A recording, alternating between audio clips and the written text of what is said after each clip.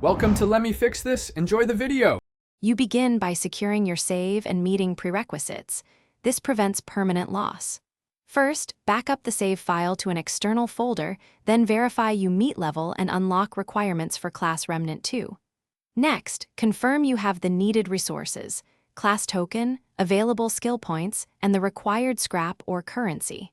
Once these are confirmed, open the Character Management menu and navigate directly to the Class tab to begin the swap process immediately.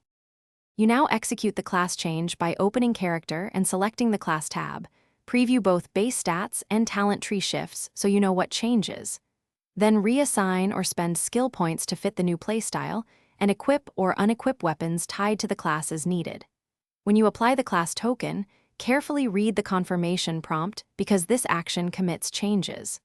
Once confirmed, let the system save your progress and check the UI to ensure the new abilities are active. You finish by testing the new class in a safe encounter.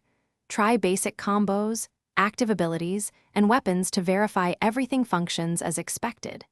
If you notice incorrect stats or missing skills, immediately reload your backup save and repeat the change step by step, confirming each selection before applying the token.